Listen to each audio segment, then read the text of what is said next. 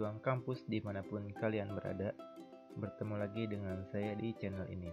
Ya, pada video kali ini saya akan mencoba membahas soal-soal tes potensi skolastik mengenai inti kalimat. Oke, langsung saja ya.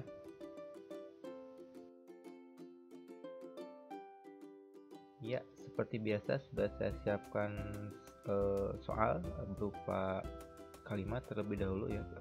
Kalian bisa baca kalimatnya.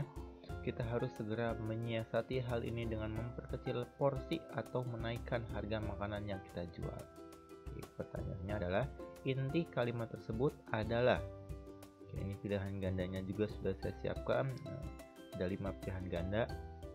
Pilihan ganda A, memperkecil porsi, menaikkan harga makanan dijual, kita harus, atau E, kita menyiasati. Nah, sebelum kita kupas sama-sama, sebelum kita analisis sama-sama, ada beberapa hal yang perlu kalian perhatikan ya, yang harus kita perhatikan. Mungkin ini pernah saya bahas juga di video sebelumnya, tapi ya sekedar mengingatkan saja ya, tidak ada salahnya, mengenai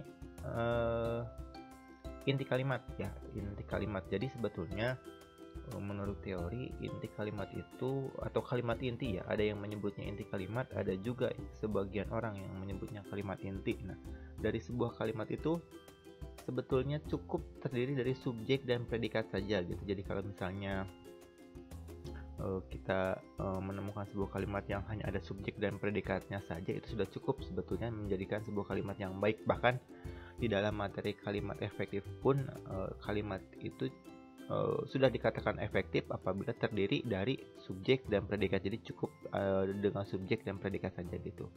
Tapi untuk beberapa kasus kadang dimunculkan inti kalimatnya itu juga diikuti oleh objek ya. Jadi kalian jangan kaget nanti kalau tiba-tiba inti kalimatnya bukan hanya subjek dan predikat, tapi ada juga objeknya gitu. Tapi kebanyakan itu, bahkan ya mungkin hampir 80% inti kalimat itu biasanya hanya terdiri dari subjek dan predikat saja. Kelas katanya subjek dan predikat saja gitu.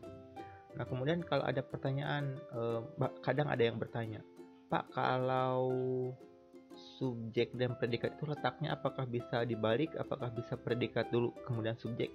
Sebetulnya bisa, cuman tidak umum gitu. Kenapa? Karena ujaran kita, orang bahasa Indonesia, ujaran bahasa Indonesia ini memang strukturnya selalu seperti itu. Kebanyakan seperti ini ya, subjek dulu baru diikuti oleh predikat gitu. Jadi kalau predikat dulu kemudian subjek bisa saja, cuman jadi aneh, biasanya tidak umum digunakan oleh orang Indonesia atau di dalam bahasa Indonesia seperti itu. Jadi umumnya subjek dulu baru predikat, seperti itu ya. Oke, kita analisis ya. Oh ya, kemudian kadang ada yang bertanya, apakah subjek itu selalu makhluk hidup? Tidak ya, tergantung predikatnya juga nanti gitu. Jadi bisa makhluk hidup, bisa benda mati gitu ya, tergantung seperti itu.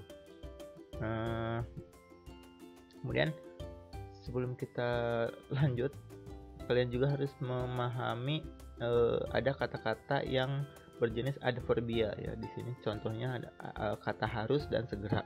Itu termasuk ke dalam adverbia. Adverbia itu apa? Adverbia itu adalah kata yang menjelaskan verba, menjelaskan kata kerja, kata keterangan atau yang lainnya gitu, atau bahkan menjelaskan kalimat.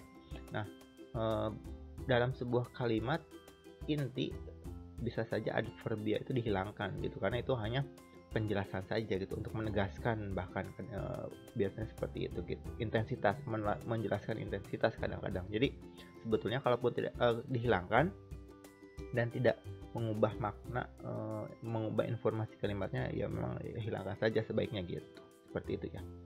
Oke, nah di sini ada kata kita, kalimat contoh kalimatnya diawali dengan kata kita. Harus segera tadi ya, berarti harus segera itu yang kita coret karena merupakan adverbia.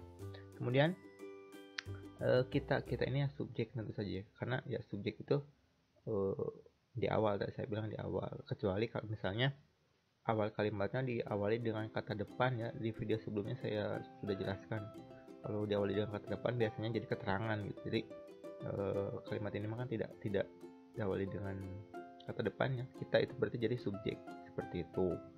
Kemudian menyiasati. Nah, menyiasati ini predikat ya. Kalian harus paham Kalau kalimat aktif itu predikatnya biasanya menggunakan kata, kalau kata kerja ya. Kalau sebuah kalimat aktif, kalau kata kerja, kalau predikatnya berupa kata kerja, biasanya kata kerjanya ini, predikatnya ini berawalan menasal atau ber ya, seperti ini: menyiasati, memukul, melihat gitu, membawa dan lain-lain, atau berlari bersama, bergandengan dan lain-lain. Itu biasanya predikat gitu. Umumnya pasti predikat gitu. Nah, kalau di belakangnya objek atau bukan, nah itu tergantung. Kalau predikatnya berawalan me, biasanya objek ya di belakang predikatnya. Tapi kalau predikatnya berawalan ber, biasanya di belakangnya bukan. Kalau mau lebih paham nantilah kita bahas ya di video yang lain gitu, mengenai predikat, subjek, predikat dan lain-lain. Kita sekarang di video ini fokus dulu untuk mencari inti kalimat. Nah, kita coba dulu ya, apakah ada pilihan ganda yang terdiri dari kita menyiasati saja. Karena tadi saya bilang opsi pertama kalau kita ingin menentukan inti kalimat adalah cari saja subjek dan predikatnya dulu gitu. Pilihan ganda A, memperkecil porsi, bukan ya. B, bukan. C, bukan. D, bukan. Ternyata ada E, kita menyiasati. Nah, berarti benar ya.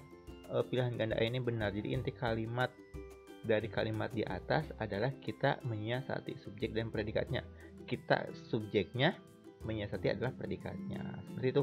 Mudah-mudahan semuanya paham, mudah-mudahan bermanfaat. Mudah-mudahan kita semua, kalian semua bisa menggapai mimpinya, bisa masuk ke kampus idaman kalian. Terima kasih.